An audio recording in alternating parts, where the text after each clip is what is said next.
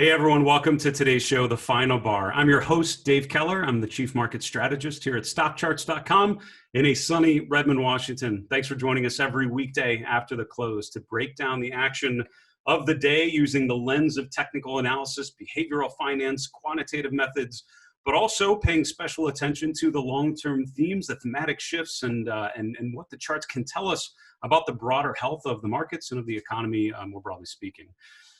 Today we certainly have had a bit more choppiness. Felt like certainly an accumulation phase continuing from yesterday, but distribution going into the close is always sort of a question mark for me, because again, that's where a lot of the institutions are going to be putting in trades going into the close, and so certainly weaker rather than stronger going into that last hour or so, which sometimes can be sort of a telling window. But overall, again, the long-term trend remains positive. Higher highs and higher lows are an uptrend. That's what we've continued to see. Until that changes, I think you have to err on the side of positive trend, because that's where we've come from, and that's where we appear to be headed going forward. Now we have some fantastic guests on The Final Bar and elsewhere on StockCharts TV. I mentioned today we have Sam Burns from Mill Street Research joining us. Tomorrow on the 24th, we have Chris Brecher from Brecher Trading. On Thursday, Joe Duarte, who's one of our newest StockCharts contributors and author of Trading Options for Dummies, along with a number of other books. Next week, our next episode of Behind the Charts on Monday features a conversation I have with Louis Navalier from Navalier & Associates. He's a money manager, calls himself a fundamental quant. And so we talked about quantitative methods, fundamental analysis, and a little bit of charting in there in terms of how it relates to all the other parts of his process. Then on Tuesday on The Final Bar, we have Jim Smith, who's one of the GAN strategists that I've followed for a number of years, really focusing on time versus price in that relationship. Always interesting to hear his take on cycles and what are coming due. As a reminder, the week of July 13th is going to be fantastic on StockCharts TV. It's called Charting the Second Half. We'll have an entire week of market outlooks focusing on the second half of 2020, charts that you should be paying attention to, ideas to be considering for the next couple months. You're not going to want to miss it. That's the week of July 13th. Let's get to our market recap. So as I mentioned, I think, I feel like I've said this a number of times, but today certainly encapsulates the vibe of the market. We start strong with accumulation, just in case you're getting overly bullish, just in case you feel us breaking above the swing high, breaking above 3150. That's it. We're going back up to test the all-time highs. We sell off, we distribute in the last 2 hours of trading, really closing down around 3130. The S&P still up 0.4%, which is, again, chipping away at this uptrend. But as we'll look a little later, the last 5 days have essentially gone nowhere. It's been a choppy week or two. And I think, again, that's what the market feels like to me. It's sort of in wait and see mode, not a clear indication of what direction we're going to go from here. But again, in the absence of alternate evidence, I have to assume that the previous trend is going to continue. That's my belief as a trend follower, which means I'll assume the trend is up until it no longer is going higher. So that's what I'm looking for now, any sort of potential breakdown. Now today, mid caps, small caps down or up a little bit less than the overall S&P, but not by much. It was sort of everything flat to up today by the end of the day. The Nasdaq 100, though, up almost 0.8%, and technology was the number 2 sector, following consumer discretionary, which was up the most. But certainly it was back to foot on the gas pedal as a whole from a sector rotation perspective, with the offensive sectors of consumer discretionary, tech, communication services, 1, 2, 3. On the bottom, you have utilities, real estate, consumer staples. So as a whole, this is certainly more leaning on the offense versus the defense. In terms of some other markets, 10-year yields up a little bit above 70 basis points. Again, the TLT, the long bond the long bond ETF, down 0.7% to 161. Looking at commodities, gold is one of those charts that we've continued to focus on, and up again 0.8%. So, I'm always cringe a little bit when I hear people talking about, well, stocks are up, which means gold should be down or something like that. Forget about those relationships. That's sort of what should happen. I would focus on what actually is happening. Gold continues to break to new highs, which means leaning into something like that makes a ton of sense to me. Let's look at a chart of the S&P 500, just focus on what we learned today. So again, when I talk about the last week being sort of choppy, that's this little thumbnail in the on the right side of the chart. So after Thursday, about 2 weeks ago, the big gap down, the big sell-off, the close below the 200-day, which was really the only close below the 200-day since then, we had some lower lows, but recovered a little bit. We spiked up that next week, which was last week, to just above 3150. And this week so far, the last 6 sessions have sort of established 3150, continues to be sort of a tactical ceiling of sorts in the market. That's sort of the short-term resistance, I think, is really, really key. So I'm very interested to see that we traded right up to that level today and then came off a little bit. That every time you test a level, it sort of further validates it. There's a trading phrase, a slogan a lot of people would say: once is chance, twice is coincidence, 3 times is a pattern. We have now identified 3 times now the importance of that 3150 level, just above there, as being resistance. So that's what I'm looking for in the very short term tactical side. More structural, more longer term, that 3230 level, 3240, which would be the peak from a couple weeks ago. I think that's the most important level. We break that, I think that certainly would clear the way to 3400. If not higher, which is crazy to think, but again, you have to follow the trends and where they've evolved. Let's look elsewhere. What sort of themes, what sort of patterns we can identify from today's trading in terms of global ETFs. Brazil was actually up the most, 2.8%. We're going to look at a chart of China here in a little bit, because the MCHI was up 1.4%. It's actually testing all-time highs again. Not all of the Chinese ETFs are in a similar rosy pattern. Others are a little bit earlier in their uptrend, look a little more like the S&P 500 chart, if not a little weaker. But the chart of the MCHI has certainly improved. And with China, you have a couple different ETFs that are fairly liquid, that give you different, exposure to different parts of the Chinese market, or different structural ways of getting exposure there. But we're going to look at the MCHI in a little bit. In terms of industry groups and what sort of rotation we've seen, the number one industry group today was furnishings, up over 7%. Within that same sector of consumer discretionary, recreational services, travel and tourism, gambling. So this is sort of the market reopening theme. Things are getting, our economy reopening, life getting back to normal sort of pattern that we've seen. Those are the names that certainly seem to do well overall today. Also footwear, which was Nike's group. Nike is an interesting chart. We talked about that yesterday as part of our 3-pronged approach, our stock picking element, thinking of individual charts and what are important. I think Nike has certainly been an important one to pay attention to. We can see that it pulled back off of testing the all-time highs here from January, hit that level almost to the penny, pulled back a little bit. Now you have sort of this handle of the cup and handle like pattern. It's not an ideal rounded cup, but it's more of a V bottom. But now we're gapping higher again, and once again approaching that key 105 level. So charts like Nike, it's watching and seeing whether or not they're able to eclipse those long-term highs, I think will be really telling about the overall capability of the market to go materially higher from where we're at now. On the downside, the worst group today was defense, followed by some other more conservative groups, a lot of utilities, a lot of real estate represented here in the bottom 10. So things like water, gas distribution, these are all within the utility sector. Some energy, so this is pipelines, which was down 1%. So not a horrible day, but certainly weaker rather than stronger. And then within real estate, a lot of the REITs, residential REITs, industrial office REITs. So again, it sort of continues that pattern that we've seen. It's interesting, industrials though. Industrials are one of those sectors like financials, energy that recovered really, really well. All of a sudden went vertical for a stretch. That includes airlines, things like Boeing. And the question was, how well are these going to do over the long term? These are more value-y groups, value-y stocks and sectors, and now sort of back to earth with things like industrials on the bottom, and today leaning into consumer discretionary, technology, communication services. Obviously, the big gainers. Continuing to see airlines in the bottom 10 list. American Airlines is one we talked about recently. And if you look at AAL, again, this, as a trend follower, I'm concerned when I see it breaking to new swing lows. We're sort of right at that point. We just today closed right at 14, which is right at the low from about a week and a half ago. Again, if we break below that, if we confirm that tomorrow, maybe through the remainder of this week, it certainly validates more of a downward thrust here. I mean, coming off of the 200-day not too long ago, 2 weeks ago, it's been much more distributive there. Lower lows and now lower highs and now potentially a lower low. So be very interested to see if the airlines rotate lower. But that's 2 days in a row I've seen AAL on the bottom 10 list using our StockCharts technical rating.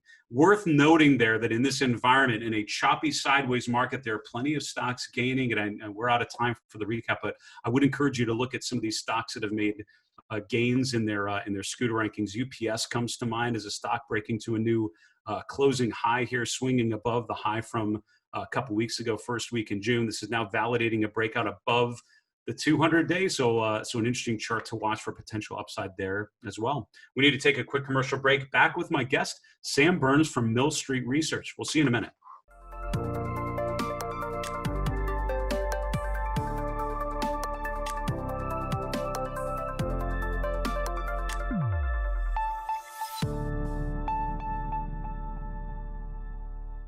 Hello, everyone. Welcome back to the show. This is Dave Keller here at StockCharts.com. Thanks for joining us every weekday after the close for the final bar. We enjoy putting this on for you so much. And one of the things we really enjoy the most is hearing from you. Feedback on the show. We asked you on a poll recently what guests we should have on. We had a lot of great ideas. So if you have others that come to mind, other people we could interview as part of the show, just shoot us an email, thefinalbar@stockcharts.com. We also we'll answer any questions that you send in, and we'll have a mailbag segment a little later in today's show. We'll answer some of the questions we've gotten in the last 24 hours through that email. Also on Twitter, just tag us in any comment at FinalBarSCTV. We'd love to answer your question on the air in a future show. I want to welcome on my guest, Sam Burns from Mill Street Research. Sam, welcome back to the show. Thanks, Dave. Appreciate you having me on. So, when I'm thinking of this market, I think a lot of people have struggled with why the stock market, why the equity environment has continued to appreciate so beautifully. It's been this consistent uptrend. And the first chart you're sending is really speaking to the impact of the Fed. Tell us what you're looking at here. Yeah, so basically, our take has been that the main reason the stocks are up where they are, even though the economy, has been, very weak, is because of stimulus, and that, comes in two flavors, monetary and fiscal. And that's what the two sections of this chart. The top chart is the Fed's balance sheet, how many assets they own relative to U.S. GDP. So you can see that giant spike in the last couple of months, where they've gone from, roughly 20 to over 30% of GDP. Has been the Fed's contribution to trying to put a floor under markets in particular, but also to the economy by buying bonds, both treasuries and of course now corporates. Then the bottom section, being the fiscal side, where the federal deficit has again jumped relative to GDP as the stimulus checks have gone out, unemployment, and a lot of loan programs. All those things have pushed the deficit up. So both of those things together, the monetary and the fiscal, have really, given a big sort of shock boost to the economy, but mostly to the financial markets, which is why I think you've got stock prices really kind of running up, whereas the level of economic activity is still fairly weak. It's such a good chart, and it tells a great story, Sam. If I could ask a quick question. So one of the impressions that I've sort of felt from the average investor is this expectation that the stimulus that you've just alluded to is perpetual, right? It can keep going forever. I mean, at what point is there a point at which that's too much and it's unsustainable? And what would you look for that would tell you that there can't be any more stimulus? Like, we've stimulated enough. Like, what would you be looking for? Well, the Fed has more or less said that there is no upper limit, that they'll just keep sort of buying and stimulating to the extent that they think that the markets need it or the economy needs it. And certainly, inflation rate being, going above their 2% target would be one reason that they would use to maybe stop stimulating. Now, that hasn't happened in many years, even with the previous stimulus we've had since 2008. So I think it would take some doing for that to happen. For the fiscal stimulus, that's more of a political question. I think there are certainly, political reasons why they might not want to run the deficit up, a whole lot higher than what's already happened. But again, that will be, in response to what the economic data looks like. And of course, this, being an election year influences that as well. So I think that the fiscal policy, you're going to see more the market trading off of fiscal headline policy headlines more. As you remember last year, there was, every time there was a China trade headline, the market would move. Now I think it's going to be fiscal policy headlines that are going to cause movements. If it looks like fiscal policy, that the stimulus might, slow down, then the market would probably, weaken. If it looks like there's going to be more stimulus, then the market picks up. So I think that's going to be one of the drivers for a lot of the sort of risk assets, going forward is watching those fiscal headlines in particular, with the kind of the Fed sitting there, ready to buy if things get weak again. That makes a ton of sense, Sam. And then the second chart you send is really speaking to the strength of the equity market and really looking at high beta versus low vol. What does this tell you about the environment here? Well, I think what you can see in that top section is just the relative returns of the the S&P 500 high beta versus low vol indexes, or the SPHB and the SPLV ETFs, and you see this was kind of a steady downtrend in that ratio since early 2018, and then in around just a couple of months ago, you started to see a really big pickup that coincided with all that stimulus we just looked at, and I think that's where investors have really taken that sort of stimulus as a reason to go back into cyclical areas, small caps, value stocks, a lot of the really beaten down stuff, and assume that that stimulus will benefit those stocks the most as the economy starts to reopen from having been locked down. But what that's done, of course, is push, kind of going from oversold to overbought very quickly. If you look at that 21-day, kind of a 1 month, RSI, you see that it got very, very high, actually as high as it's been since January 2018, when we had another sort of surge like that, not even quite as dramatic. And that's where we got, maybe a week or two ago, and now we're starting to pull back a bit from that on this relative.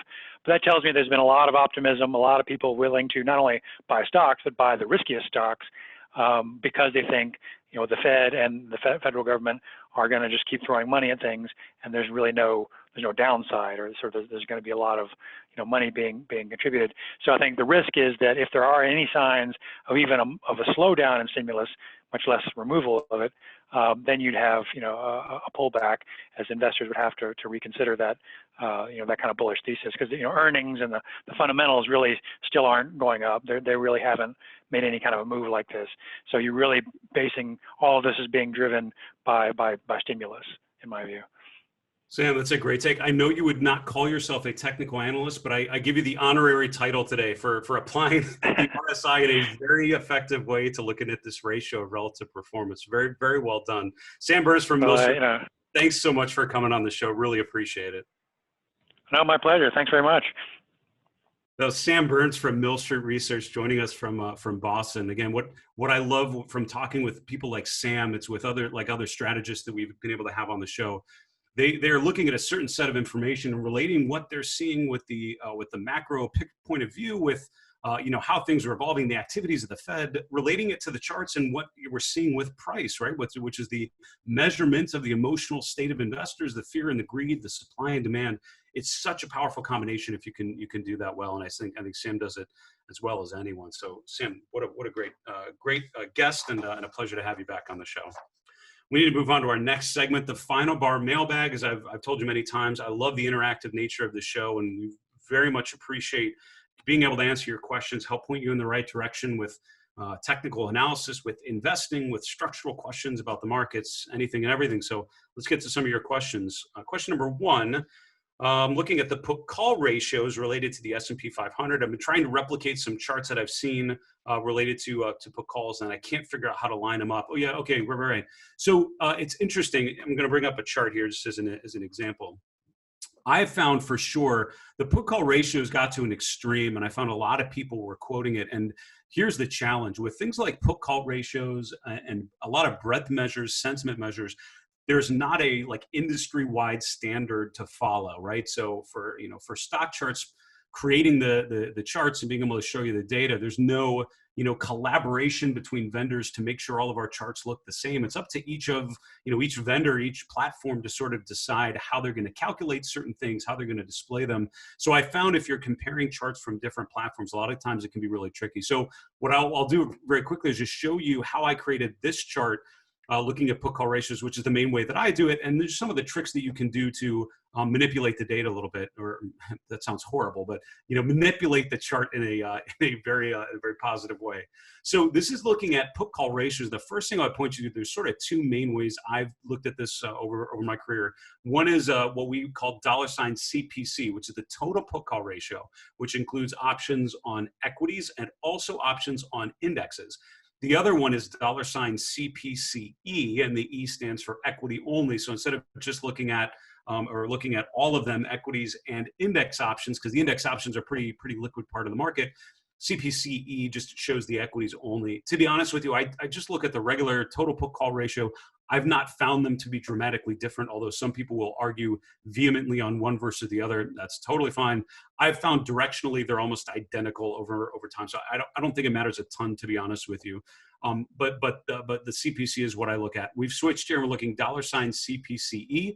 This little effect where I show the pink line and you can see the gray line in the background. The gray line is actually the core data. That's actually the raw data, because the put call ratio is actually very noisy. It'll fluctuate dramatically based on how options investors are rotating their positioning.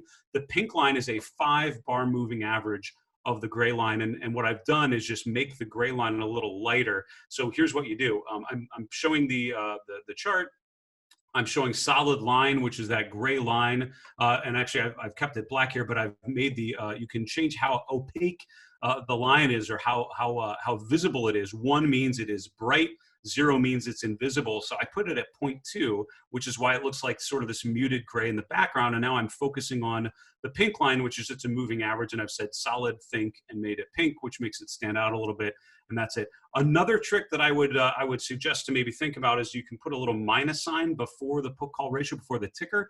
That'll invert it, which will make, because put call ratio, you think of it inverted, right? So it tends to be the value tends to be very low at market tops, tends to be very high at market bottoms. So a lot of times people will invert the data series, which you can see now the chart of the 5-day moving average of the put call ratio looks very similar to the candle chart of the S&P 500 below. All you do for any ticker is just put a minus in front of it, and that'll invert the chart, which, so again, you can see the scale is inverted, and now I'm just looking at it in a way that might help me visually compare it to what I'm seeing with the core index. So that's how I would answer that question. Thanks again for that one.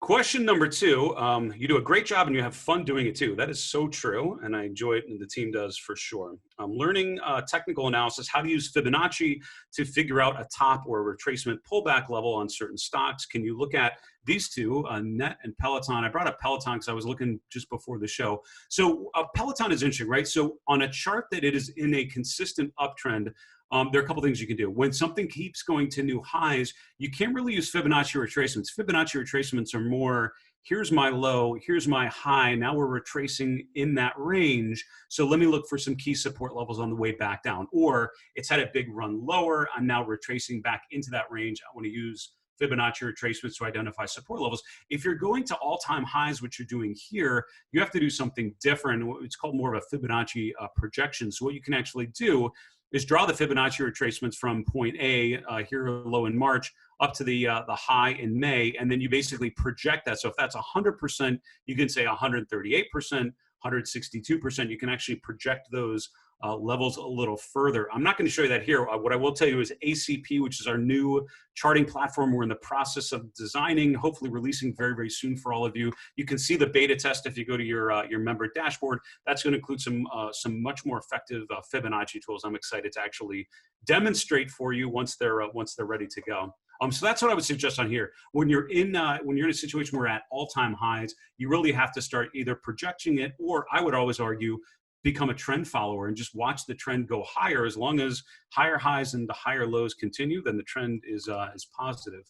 The other chart you asked about was Cloudflare, ticker NET. You know, just on a short-term basis, what's interesting about Cloudflare in the last week, you've had 2 bearish engulfing patterns, which is actually incredibly rare. You had the up day about 4 bars ago, and then the down bar, which engulfs the first day's open and close. Today, you had another up day yesterday, and then today, another bearish engulfing pattern. So certainly speaks more to distribution with these bearish engulfing patterns, suggest short-term weakness.